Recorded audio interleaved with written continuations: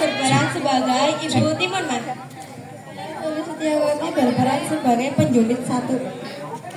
Saya Laila Fadilas berperan sebagai Timun Mas.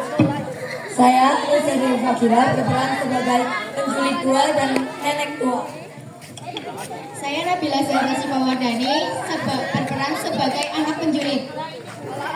Saya Anjelian Nabila berperan sebagai Saya Nasifa Izzatulisa Aftani berperan sebagai anak dari penjulit dan juga teman dari Timun Mas.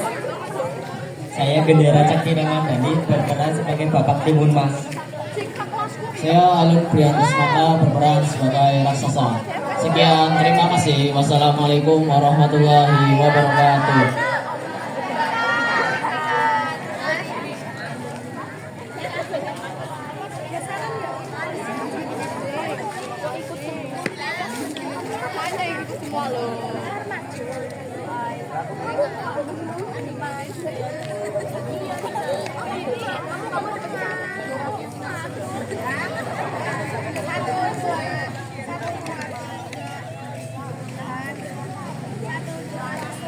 Operator siap, operator. Oke, mari kita sambut bersama drama Timun Emas dari calon Dewan Penggalang. Tepuk tangan yang meriah.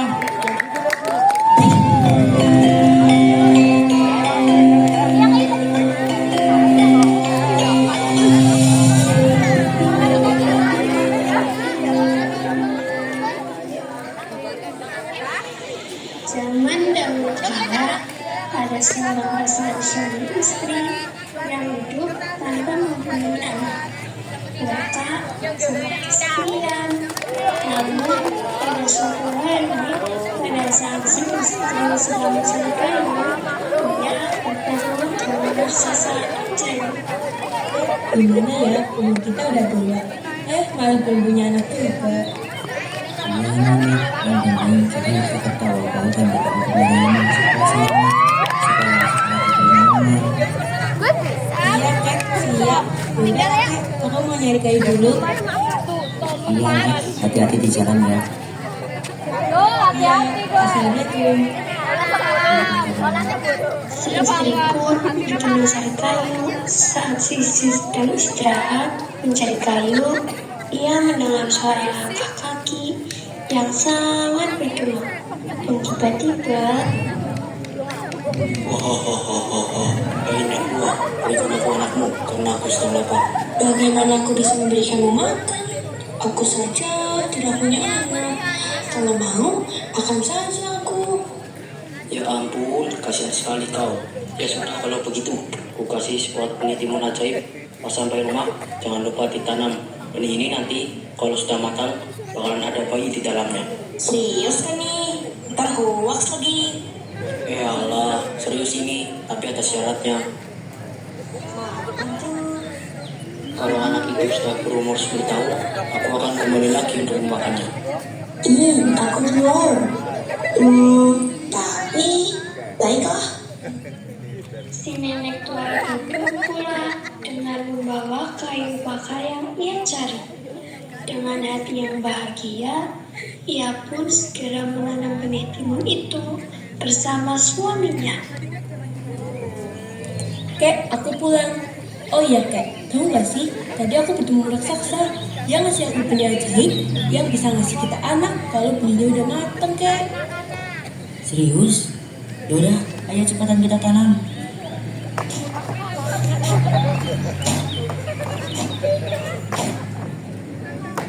Setelah 2 bulan berlalu, timun itu pun tumbuh besar berwarna emas. Si kakek yang melihat itu pun langsung memanggil si istrinya. Nek, cepat di sini, timunnya sudah matang kayaknya nih. Wah, cantik banget Kek. Kayaknya udah mateng ini. Ayo cepatan bawa masuk ke dalam, Nek. Siap Kek. Mereka pun bergegas membawa masuk timun itu untuk dibuka. Saat si nenek membuka timun emas itu, tiba-tiba ada suara bayi di dalamnya. Si bayi terlihat Dia tampak sangat amat cantik dan lucu. Oh, jenis pisan, bayinya. Iya kak, gimana kalau kita namain anak ini Timun Mas? Karena dia lahir dari Timun Mas. Wah, bagus tuh namanya, Nek. Beberapa bulan kemudian, Ibu, dia tuh bintik. Masa tiba-tiba punya anak? Mencurigakan banget. Iya tuh, aneh banget. Kita gak pernah tuh lihat dia hamil. Jangan-jangan anak nyuri tuh. ada orangnya. Cabut guys. Guys, Pumuti mendengarnya dengan sedikit sakit hati. Selang beberapa tahun, Timun Mas pun tumbuh menjadi anak yang cantik jelita. Suatu hari, Timun Mas sedang bermain dengan teman-temannya.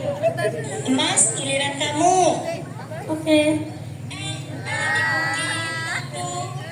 Yula, Yuli, sini. Jangan main sama dia, nak. Dia itu anak kejelas. Tapi Bu, Mas yang mendengarnya pun pergi pulang dengan menangis ke ibunya. Bu, adalah kenapa? Kok anak yang cantik ini pulang-pulang nangis? Bu, kata ibunya Yula sama Yuli, aku ini anak gak jelas. Sebenarnya itu benar enggak, Bu? Sepertinya ini memang saatnya, Nek. Iya, Kak. Nah, sebenarnya kamu itu bukan anak ibu sama bapak, tapi kamu itu keluar dari buah timun mas yang dikasih sama raksasa. Umurmu sudah 10 tahun, pasti raksasa itu kembali lagi. Tapi Bu, aku gak mau pergi dari ibu dan bapak. Tenang aja nak, bapak sama ibu bakalan cari cara supaya kita bisa sama-sama terus. Ibu Timun Mas pun pergi ke hutan untuk mencari kayu lagi. Namun saat sedang mencari kayu, ia bertemu dengan raksasa.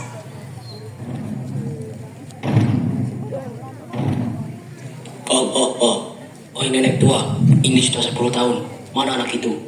Raksasa, aku mohon, beri aku sudah tahun lagi. Aku masih ingin bersama anak itu. Lagi pula, kamu yang memakannya dengan enak kan?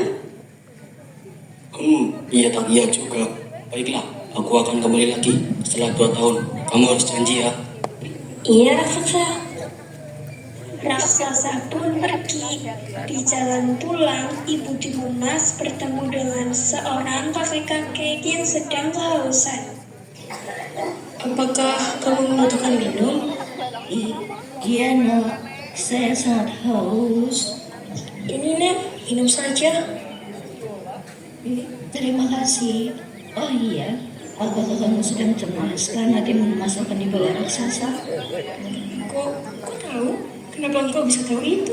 Dan dari mana asalmu? Kakak perlu tahu itu semua. Intinya aku memberikanmu ini, belilah ini ke Timun Mas jika raksasa kembali lagi. Apa isinya ini? Intinya itu bisa membantu Timun Mas melawan raksasa. Baiklah, Nek. Saat Ibu Timun Mas mengambil kayu bakar, di belakangnya ia ingin mengucapkan terima kasih kepada kakek-kakek itu. Namun, kakek-kakek itu menghilang. Kok hilang? Ibu Timun Mas pun pulang ke rumah, lalu menyimpan bungkusan itu. Setelah 2 tahun, raksasa itu kembali menemui Ibu Timun Mas untuk mengambil Timun Mas. Wah. Timun Mas, aku kembali. Cepat keluarlah. Nah, kaburlah dan bawa bungkusan ini untuk kita sang raksasa. Hati-hati anakku. Semoga kau bisa pulang dengan aman. Iya, Ibu, Bapak, aku pasti bisa pulang. Timun Mas pun kabur. Sementara itu, sang raksasa tampak marah karena Timun Mas tidak keluar-keluar. Wah. Timun Mas, aku kembali. Cepat keluarlah. Dia sudah pergi, wahai raksasa. Pergi kemana dia? Carilah sendiri. Raksasa pun pergi mengejar Timun Mas.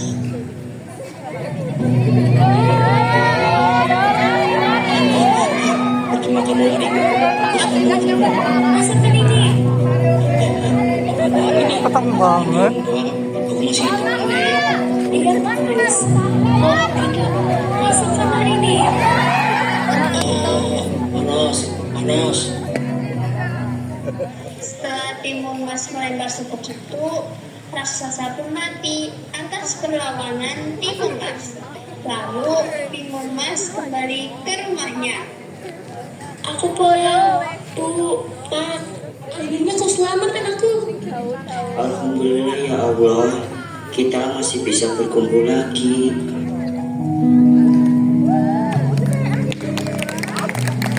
Setelah kejadian itu pun, raksasa tidak pernah muncul lagi, dan mereka pun hidup dengan bahagia bersama.